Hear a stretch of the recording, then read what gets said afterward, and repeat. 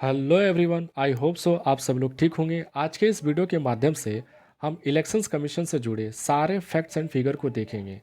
Elections commission examination point of view से काफ़ी important topic है, क्योंकि इससे जुड़े प्रश्न सिविल सर्विस एग्जाम के पीटी प्लस मेन से पूछे जाते हैं।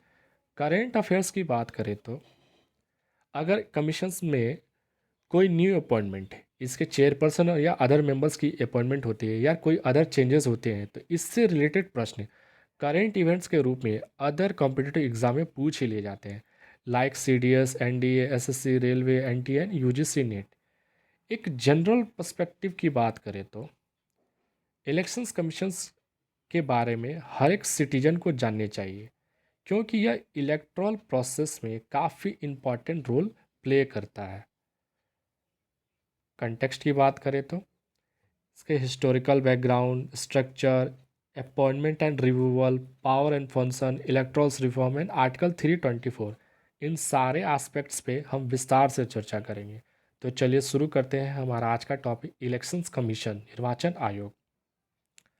लोकतंत्र, डेमोक्रेसी देश की आत्मा है, जहां जनता के द्वारा जनता के लिए जनता का शासन सुनिश्चित होता है।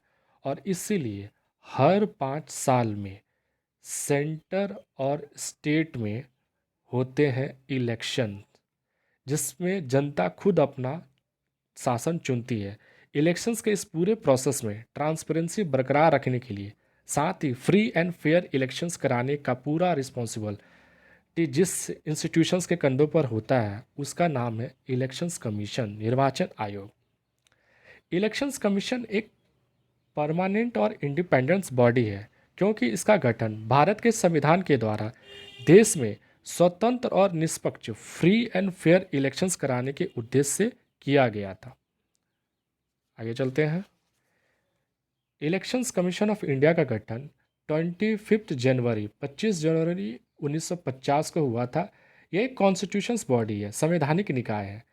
Elections commission all India body institutions है, क्योंकि यह केंद्र, सेंटर और स्टेट के लिए इक्वल रिस्पॉन्सिबल है। इसका जो हेडक्वार्टर होता है वो निर्वाचन सदन न्यू दिल्ली में है। इसके टर्म जो होते हैं 6 ईयर और 65 ईयर्स एज तक होते हैं। मतलब जो 6 ईयर्स तक इनके जो 10 ईयर होते हैं और 65 ईयर्स एज तक इनके कार्यकाल होता है। जो भी पहले पूरा हो तब तक ये अपने पोस्ट पर बने रहते हैं। 25 जनवरी को नेशनल वोटर्स डे मनाया जाता है। इसकी शुरुआत 2011 से हुई थी। इसके बैकग्राउंड को देखते हैं। चुनाव आयोग एक ऐसी संस्था, इंस्टीट्यूशन है जो कि यह सुनिश्चित करती है कि चुनाव किसी बाधा और रुकावट के संपन्न हो। आज़ादी के बाद भारत के संविधान निर्माताओं ने इलेक्शंस को फ्री एंड फेयर रूप से कराने के लिए इलेक्शंस कमीशंस की परिकल्पना की। इसके लिए इंडियन कॉन्स्टिट्यूशंस के पार्ट 15 में आर्टिकल 324 से लेकर 329 तक एक निर्वाचन आयोग के गठन, इसके काम और पावर की चर्चा की गई। इस तरह निर्वाचन आयोग एक इंडिपेंडेंट कॉन्स्टिट्यूशंस बॉडी है, जो कि संविधान के आर्टिकल 324 के तहत रिस्पॉन्सिबल है, यानी कि इलेक्शंस प्रोसेस के लिए जिम्मेदार है। स्ट्रक्चर की बात करें तो स्ट्रक्चर 1915 से लेकर 15 अक्टूबर 1989, यानी कि 1950 से लेकर 15 अक्टूबर 1989 तक इलेक्शंस कमीशन में एक सदस्य निकाय, सिंगल मेंबर्स बॉडी के रूप में कार्य करता था, जिसमें सिर्फ एक चीफ इलेक्शंस कमिश्नर होते थे। लेकिन बाद में 16 अक्टूबर 1989 को प्रेसिडेंट ने कमीशंस के काम के भार को कम करने के लिए 2 अन्य इलेक्शंस कमिश्नर की अपॉइंटमेंट की है। इसके बाद ये एक मल्टी मेंबर बॉडी की तरह काम करने लगा। हालांकि वर्ष 1919 में यानी 1990 में 2 इलेक्शंस कमिश्नर के पोस्ट को समाप्त कर दिया गया और स्थिति एक बार फिर पहले की तरह हो गई। पहले जैसे एक चीफ इलेक्शन कमिश्नर होते थे, उसी तरह सिचुएशन हो गया। लेकिन बाद में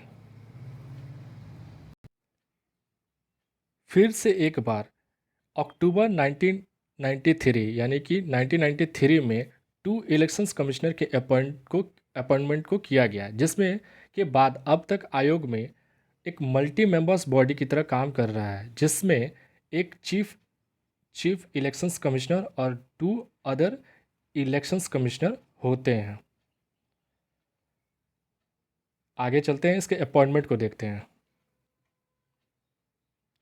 इलेक्शंस कमिश्नर ऑफ इंडिया और other two elections commissioner of India के अपॉइंटमेंट जो होता है वो प्रेसिडेंट के द्वारा होता है। नेक्स्ट पॉइंट है, मुख्य निर्वाचन आयोग chief elections commissioner and other two elections commissioner के पास इक्वल पावर होते हैं। इक्वल पावर होते हैं, सैलरी उन और अलाउंस इक्वल मिलती है, और उनको जो सैलरी और अलाउंस होता है वो उसी प्रकार होता है, मतलब सिमिलर होता है एक सुप्रीम कोर्ट के जज के तहत। मतलब जो फैसिलिटी, जो सैलरी, जो अलाउंस एक सुप्रीम कोर्ट को जज को मिलता है, उसी तरह सारी फैसिलिटी इलेक्शन कमिश्नर को दिया जाता है। आगे चलते हैं, इसके नेक्स्ट पॉइंट को देखते हैं, रिमूवल। इसको हटाया किस तरह जाता है। इलेक्शंस कमिश्नर अपने पद से किसी भी समय रिजाइन दे सकते हैं, या उनके टर्म को समाप्त होने से पहले भी वो अपना त्यागपत्र उनको हटाया जा सकता है, मतलब उनके टेन्योर को पूरा होने से पहले भी उनको हटाया जा सकता है। चीफ इलेक्शंस कमिश्नर को उनके पद से, मेरी बात को ध्यान से सुनिएगा, चीफ इलेक्शंस कमिश्नर के उनके पद से उसी बेस पर ही हटाया जा सकता है जिस बेस आधार पर सुप्रीम कोर्ट के जज को हटाया जाता है, अन्यथा नहीं। मतलब जो ग्राउंड होगा वो उसी प्रकार होगा चीफ इलेक्शंस कमिश्नर को हटाने का जिस प्रकार सुप्रीम कोर्ट ऑफ इंडिया के किसी जज को हटाया जाता है। और ये किस प्रकार होगा। चीफ इलेक्शंस कमिश्नर को अलग जो जो ग्राउंड है, दूसरे शब्दों में कहे तो उनको मिसबिहेवियर और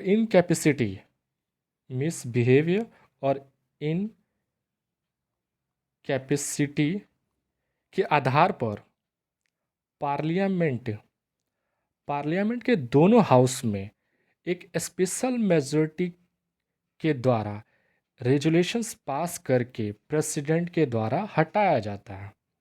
एक बार फिर से इसको समझते हैं। चीफ इलेक्शंस कमिश्नर को उसके पद से उसी बेस पर ही हटाया जा सकता है जिस बेस के आधार पर सुप्रीम कोर्ट के जज को हटाया जाता है, अन्यथा नहीं।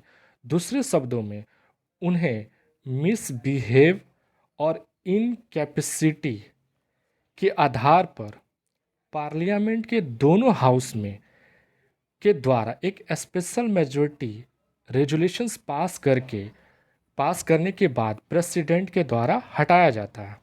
इसके फंक्शन को देखते हैं। एक और बात है, चीफ इलेक्शंस कमिश्नर की सेवा और शर्तें उनके अपॉइंटमेंट के बाद उनके लिए कोई भी गैर लाभकारी परिवर्तन नहीं किया जा सकता। मतलब एक बार अपॉइंटमेंट हो जाता है तो उसमें किसी भी तरीके का कोई चेंजेस गैर लाभकारी नहीं किया जा सकता है। इसके फंक्शन को देखते हैं, कार्य को देखते हैं। चीफ इलेक्शंस कमिश्नर भारत में लोकसभा, राज्यसभा या राज्य विधानमंडल यानी पार्लियामेंट, स्टेट लेजिस्लेटरी सारे स्टेट के, और president, vice president of India के इलेक्शंस को सुप्रिटेंडेंट्स इलेक्ट डायरेक्शंस और कंट्रोल करने का काम करता है। साथ ही इलेक्शंस कमीशन पॉलिटिकल पार्टी को रिकॉग्नाइज करने का भी काम करता है और उन्हें अलॉट ऑफ इलेक्शन सिंबल यानी कि उनको राजनीतिक जो चिन्ह होता है वो भी प्रदान करने का काम भी इलेक्शंस कमीशन के द्वारा होता है। साथ ही यह इलेक्शन शेड्यूल और टाइम टेबल को डिसाइड करता है, और कैंडिडेट के नॉमिनेशंस पेपर को, जो कैंडिडेट होते हैं उनके नॉमिनेशंस पेपर को भी एग्जामिन करने का काम इलेक्शंस कमीशंस के द्वारा किया जाता है। इसके पावर को देखते हैं, शक्तियाँ क्या हैं। Issue the model code of conduct यानी कि आदर्श आचार संहिता जारी करता है। ये मॉडल कोड ऑफ कंडक्ट क्या है, इसे समझते हैं। मॉडल कोड ऑफ कंडक्ट का मकसद सभी पॉलिटिकल पार्टी के लिए एक इक्वल लेवल प्रोवाइड करना होता है। इसका जो मकसद है, प्रचार अभियान को फ्री एंड फेयर रखना है, यानी पार्टी के बीच झगड़ों और विवादों को टालना है। सेंटर और स्टेट की सत्ताधारी पार्टी जो होती है, वो आम चुनाव में किसी भी तरह का कोई लाभ लेने के लिए जो गवर्नमेंट मशीनरी है उसका दुरुपयोग ना कर पाए, इसका भी मतलब इसको भी देखने का काम इलेक्शंस कमीशन के द्वारा किया जाता है। आदर्श आचार संहिता यानी कि model code of conduct political party और कैंडिडेट के लिए आदर्श आचरण और व्यवहार का एक मानक होता है। यह सरकार, government and political party, candidate and जनता यानी कि पीपल्स के लिए एक डायरेक्शंस का काम होता है जिसका पालन इलेक्शंस के दौरान किया जाना चाहिए। देश में फ्री एंड फेयर इलेक्शंस कराने के लिए इलेक्शंस कमिश्नर के बनाए गए रूल को ही मॉडल कोड ऑफ कंडक्ट यानी कि आदर्श आचार संहिता। आई होप सो आपको मॉडल कोड ऑफ कंडक्ट के बारे में क्लैरिटी हो गई होगी। चलिए हमारा नेक्स्ट पॉइंट है इलेक्ट्रोल अरेंजमेंट।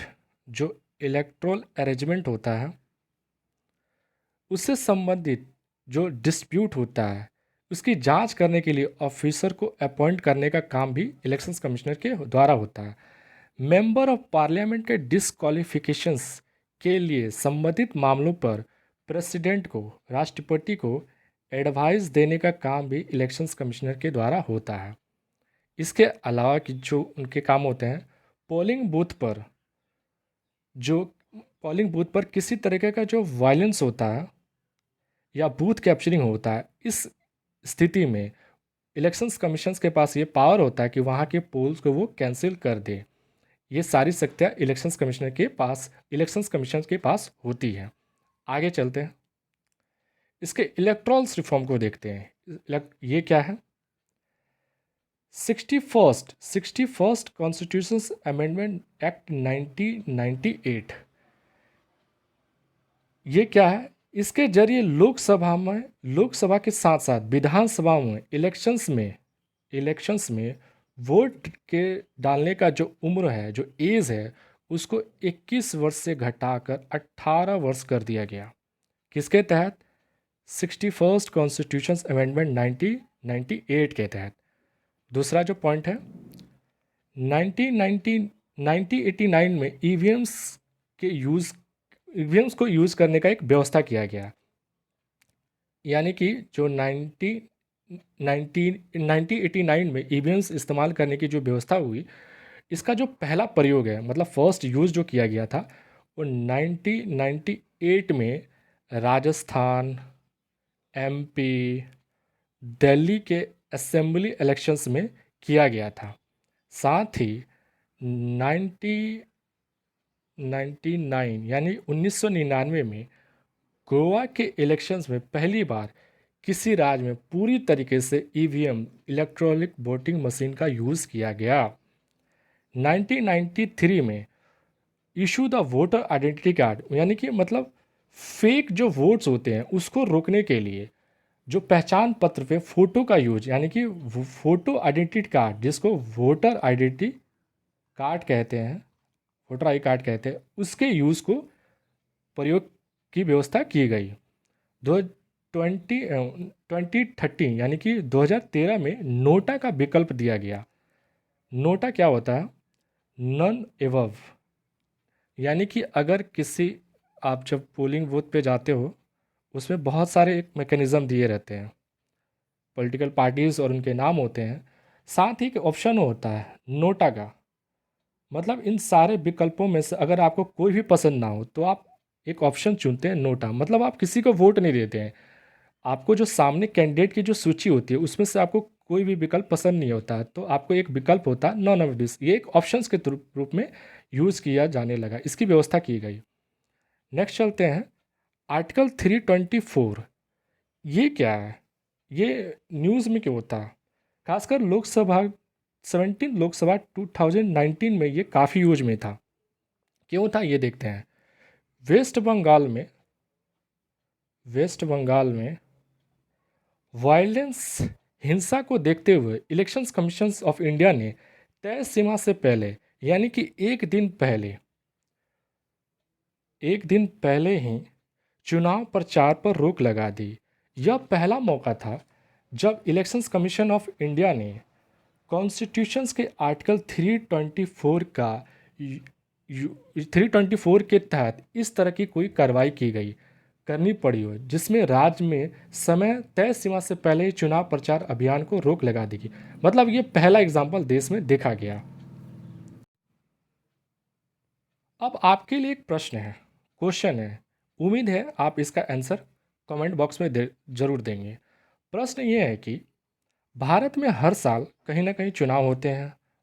लोकसभा तथा राज्य विधानसभा के चुनाव अलग अलग समय कराने के लिए काफ़ी समय लगता है, मतलब टाइम जो है काफ़ी लगता है, रिसोर्सेस काफ़ी ज़्यादा जुटानी पड़ती है। साथ ही साथ चुनाव प्रक्रिया चलने रहने से टाइम, मनी और जो वर्क मतलब मेहनत जो होता है वो भी काफ़ी लगती है। तो क्या इन सबों के लिए बचत को देखते हुए डेमोक्रेसी प्रोसेस को और मजबूत करने के लिए वन नेशन वन इलेक्शंस के इस फॉर्मूले को लागू नहीं करना चाहिए? इसका जो आंसर है ना आप कमेंट बॉक्स में ज़रूर देना और मुझे आपके आंसर का जवाब का वेट होगा। आप यस या नो में अपना आंसर कमेंट बॉक्स में दे सकते हैं। फ्रेंड्स, अगर आपको ये वीडियो अच्छा लगा हो, इस वीडियो के माध्यम से आपके नॉलेज में कुछ बूस्ट हुआ हो, तो इसे लाइक करें, शेयर करें, सब्सक्राइब करें और साथ ही इसके बेल आइकन को प्रेस करना ना भूलें ताकि आने वाले वीडियो का नोटिफिकेशन आपको मिल सके।